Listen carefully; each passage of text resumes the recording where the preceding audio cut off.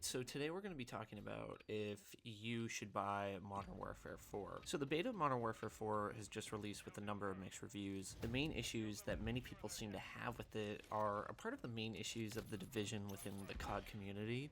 Some examples of this are movement, skill-based matchmaking, and things like preferring pick 10 versus the gunsmith customization options, and skins and camos that completely erase the immersion of a combat shooter game. So we're going to be going into what should we expect, what are we hoping to avoid, and what it's kind of confirmed what the picture's looking like. And by the end of this video, I think you are going to probably be at the same conclusion that you were at going into this video, and I'll explain why. So as far as the game itself, these were my issues that I was hoping to avoid going into this release. The gunsmith I wanted to completely get rid of. I think it's really tedious having 50 attachments for every single gun, and while I do like that most attachments like they offer all different things like different ADS and all that stuff, different recoil control, it's just like it's overcomplicated and it's too much, and I don't want to have to do that with all my different weapons, and I don't want to have to look up a YouTube video to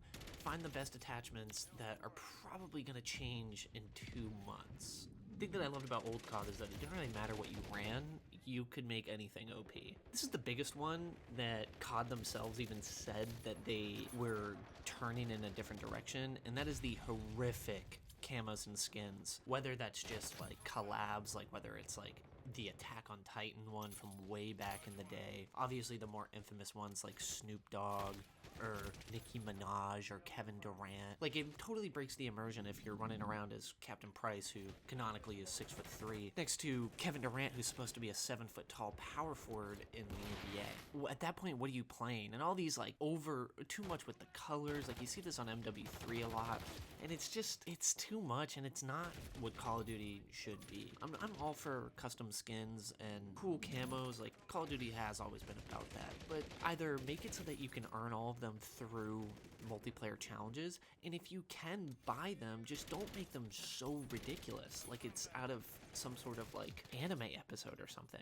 And that also applies to pay to win weapons. With the like season passes that would come out, a lot of times they would add these weapons in that are ridiculous and also break immersion, whether it like is swords or the spears. Like, they're these ridiculously OP melee weapons that are very frustrating. I think eventually they all get like given to you for free, but like none of that, or the Godzilla combo where you had to buy 4 different $20 skins to unlock the Gorilla Fist. Like, bro, why are we incentivizing a playstyle where like you can just play better now because you spent more than what you spent on the game on cosmetics on a single weapon? It's just very frustrating. I don't want to see any more of that shit. Back in the day, it was with the loot boxes and getting weapons like the wrench or whatever in Black Ops 3. This is just the modern version of that, but man, it is overstaying its welcome. Skill-based matchmaking, I'm over it. I want to play to have fun.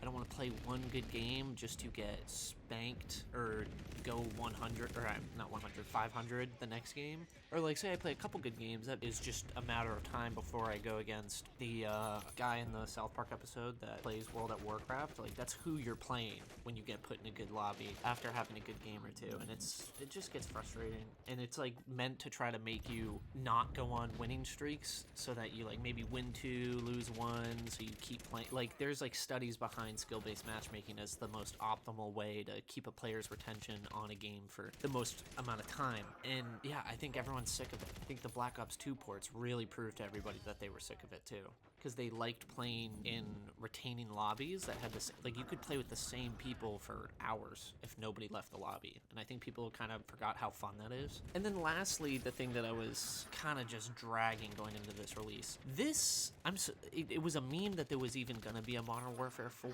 a couple years back, because people couldn't believe how bad the Modern Warfare 3 campaign was and how they just didn't wrap it up like at all. If you compare it to like the first Modern Warfare trilogy, it's really impressive how they wrap it up. There's no cliffhangers. It's just a clean-cut story, clear start, clear finish by the end of Modern Warfare 3, and they screwed the pooch so bad with Makarov, and part of the reason is because they didn't introduce him in MW2, and then half the things that happened in MW2 were changed or retconned in MW3, and all this whole, like, you have to watch the Warzone cutscene to understand what's going on and what characters might have died off or been brought back to life. Alex and Hadir. And it is just a bungled mess, which I think is why they jumped to Korea. So I think they literally, I think they said, guys, we fucked up. We gotta go somewhere completely different, somewhere we've never really gone before in Call of Duty. And that part I think is cool. But I think they've screwed themselves so horrendously bad with this campaign story that they have that there's really no hope for it. And for the love of God, please do not have open combat missions in the campaign. I will throw my Xbox out a window if that happens. So those were the things that I was fearing. Now the things that I was hoping for. A prestige mode to return is what I was really looking forward to. A satisfying ending to the campaign with no cliffhangers. I know I'm really stretching asking for that one.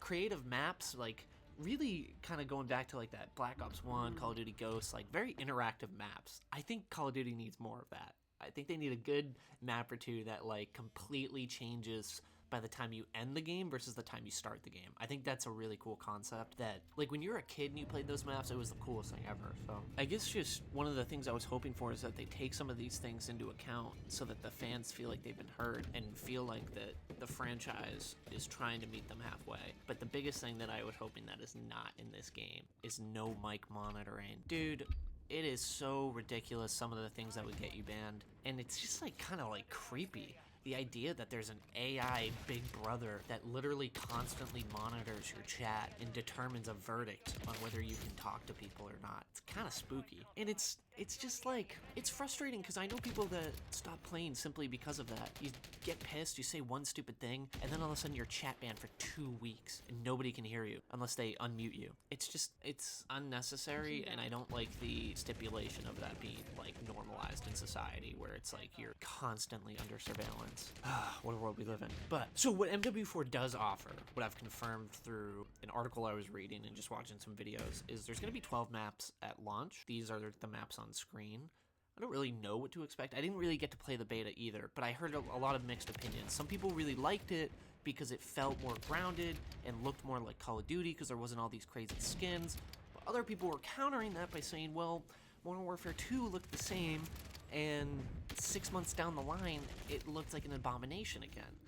Because they just keep releasing all these skins for microtransactions, and it's too much. It's too much. I've seen mixed reviews, and I'll explain more as to why that is. But for skill-based matchmaking, the way that they've addressed it is there still is skill-based matchmaking, but reportedly it's turned down. But then they're offering a different way to search for matches with open matchmaking, which is, I think, the nerfed version of it. I don't know how much it's gonna work. I don't know how much it's actually effective behind the scenes, but I will say, I'll give them credit. Some people like skill-based matchmaking and really argue for it for some reason. So it kind of is a way to make both sides happy, assuming that it works the way that it's being advertised. Gunfight is back with being rebranded as Kill Block, I believe. It looks pretty fun. I like Gunfight. It's a fun, like, just mess around. Say you got one other person playing, you don't feel like playing Surge or something.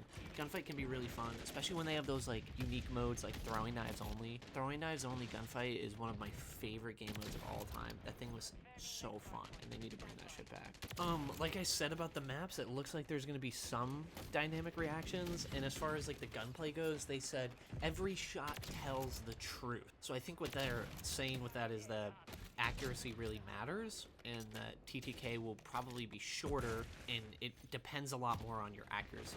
Gunsmith is back, unfortunately. No pick 10 system or something like that. It's probably going to be pretty similar. From what I've heard, they've tried to simplify it, but they also have this thing called Gunny, which helps you pick your best class. But this is what I'm talking about. You have potentially an AI system that's like recommending attachments because the attachment system is way too complicated and like way too much for no reason. It's like, I feel like it's like a perfect example of a modern COD Band-Aid fix where it's like you hear the problem, you recognize that it's an issue, and your issue or your resolution just like doesn't change it. It's gonna be the same shit where it's like for the first 2 months of the game, people are gonna figure out which attachments are OP. There's too much things to troubleshoot to realize what's OP and what's not. So by the time you figure that out, so is all the players. And then you change it, and then it's just a rinse and repeat. Now for me, it affects me less because I'm more of like, I just kind of snipe and like I'll do goofy things with knives, and like I more just like play like kind of a jackass. Like I don't take it super seriously all the time. Like in the way that I play, I do, but not like I'm pulling out the ARs and SMGs. But for those people, this is going to be really frustrating. And a gun that you're going to like is going to all of a sudden not perform well, even if you're performing the same, simply because they've changed the stats because it was too good for too long. I'm sick of that. They need to change that. One thing that I did notice that is back is the tack knife, which that got me pretty hyped. I'm pretty hyped about the tack knife. I have always loved the tack knife. It's so satisfying. It's so cool. Like you can run around like suppressor class and like pretend you're like an assassin or something. Oh, old school like COD class creation there. But one of the cool things that I saw that was new was a smoke wall. I don't know if it's like a field upgrade or a kill streak, but basically like ignites this wall of smoke, and it's pretty wild. I kind of like it. I think there's a lot of potential for like funny clips with it. The prestige weapon camos, not the biggest fan, because with the prestige weapon camos, they look so ridiculous. They're like color changing, and it's like I thought we were trying to get back to immersion. Like, I get that those are like the mastery camos and they're supposed to be bombastic, they're supposed to be big, you know, a big deal or whatever, but like gold and diamond and like those were kind of perfect. And I don't understand, like whenever we had like Damascus or something like in BO3, well that was like a futuristic game, so it kind of fit the vibe better. But this is supposed to be like, pretend like Modern Warfare 4 is like today. It's supposed to be happening right now. You don't see color-changing camos on Modern Warfare weapons. That's why it bothers me so bad. Like, gold, obviously that's an exception. Diamond, that's an exception. Or, like, fucking if you wanted to platinum, that's an exception. Because that has always been a staple in Call of Duty. But it just sets the precedent where they're going to release these skins with these insane color, all-in-your-face camos. It's a matter of time. I bet there's going to be some at launch. I wouldn't even be surprised. And then there was, like, a lot of movement changes, and I'm going to read each of these and try not to bore myself, but you have the mantle slide. So for the first time, you can now transition from a mantle directly into a slide to keep pressure on your enemies. Slide over a car hood, a planter, or a low cover, and transition instantly in offensive movement. So you can basically like 22 jump street a car is what that sounds like. Mantle momentum is basically like you can change direction while mantling. So it seems like the mantle got a lot of touching up. There is a supine slide, which is a push movement further without sacrificing clarity. Double tapping crouch during a sprint triggers a longer lower slide that ends in a supine position on your back with feet forward. So you slide longer, but you land on your back. That's actually kind of sick. Okay, editor red here. Sorry if you can hear my fan. It's actually not kind of sick. It's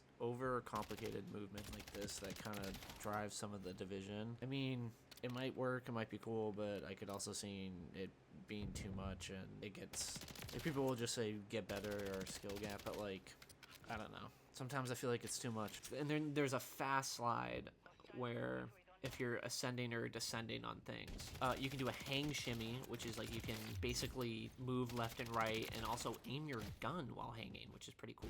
And a climbing jump precisely in any direction while hanging, climbing ladders. So it seems like they've really updated the movement without going like too crazy like Black Ops 6 and 7, which I can't even, I've never gotten into them, dude. It's just not for me, man. So it seems like the movement is going to be probably pretty similar to like MW2, MW19, MW3 with a couple extra touches, but it does seem like they actually slowed down the speed of the characters a little bit. But even with that, I don't know, man. I have a bad feeling that this game is going to run eerily similar to how the last 3 versions of this run has happened. But I think the biggest thing with Call of Duty today is that I view the older CODs and current ones as different games. Call of Duty Modern Warfare 19 started this trend with skill-based matchmaking, slide canceling, and constantly changing meta weapons and attachments. The older CODs have a slower and more grounded playstyle to them, which I love. However, sometimes I also think it's really fun to play a newer COD, but I recognize that the experience is much different. I enjoy them both for different reasons, because they obviously have some overlap, which is why I constantly find myself hopping back and forth. This is really just like a matter of what you prefer, right? If you have been lost as a fan due to the creative choices towards playstyle since 2019, then you probably won't love this game. If you think Modern Warfare 19 is COD's savior and have been eating the yearly slop since then, you'll probably like this game. And in my defense, I actually really liked Modern Warfare 3, which was basically like a DLC attachment to MW2, aside from like aesthetic and cosmetics. But some of the CODs haven't been bad. For example, Cold War, and I guess Modern Warfare 3. Cold War is really the exception, but you're essentially playing the 4th version of a game you've played 3 times already. Even with that said, depending on how fun the knifing and sniping can be, I'll probably get into it for a little bit, but I see no rush to buy this on first day, especially with the Black Ops 2 ports out. I've considered getting a PlayStation to play a 14-year-old game just to have better servers than what Xbox has currently. That speaks to how good a game is and how good the little details in the community can make it. I'm still considering doing that. I actually think I might pull the trigger on that. So should you buy Modern Warfare 4? I feel like if you're a gamer, you already know where you stand and if you're gonna like it or not before even considering buying it. Modern COD's style is so much different from the 2007 to 13 run that it's almost not even fair to compare them. Comparing Modern Warfare 4 to its counterparts, however, from previous years since 2019, I actually think it would do very well multiplayer-wise, and I definitely want to try it out. It just seems like COD wants to slow things down a bit and be taken a bit more seriously because they've dragged their names through the mud so bad based off their own decisions. But to me, like, this is like their last chance. This is the last straw because they've addressed the things that we really don't like. The cosmetics, the skill-based matchmaking, and they said, okay, we hear you and we're changing it. If they fuck it up, it's gonna be almost impossible trying to sell us this current formula without a complete overhaul on what the game would look like, feel like, play like. I already know the campaign in this game is cooked because of the previous campaigns that set it up. It's like The Last Jedi, or not Last Jedi, it's like The Rise of Skywalker in Star Wars. I think everyone knew that movie was cooked because of how bad The Last Jedi was. If you like The Last Jedi, I don't like you. No, I'm kidding. I'm kidding.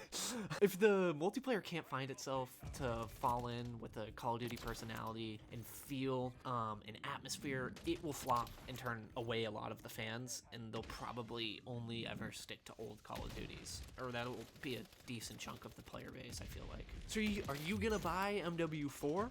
I probably might at some point, but to me, I think if they really want a Call of Duty not to be super split amongst older and newer gen fans, they need to start from scratch and meet in the middle. It does seem like some compromise was made, but go play MW2, MW3 from 2009 and 11, BO1, BO2, or anything from the Prime run, and feel how different the pacing and atmosphere is, specifically the atmosphere. I think that the biggest thing that separates modern and old COD is those two factors. I think this maybe will be the best COD since the 2019 run, but I would not be surprised at a flop sales-wise, but more specifically player retention-wise. How is this game gonna look 6 months after launch?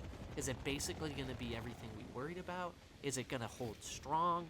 I'm sure there's gonna be like younger players and players who are newer to Call of Duty that this is going to be one of their iconic games, and I'm probably going to enjoy it for a period of time too, but can they keep that? Can they keep the fire going? That I don't have a lot of confidence in. But with that being said, I think if you watch this, you're thinking about it. I think you already know what your decision is. I think you've known the whole time. But all right, I'm out.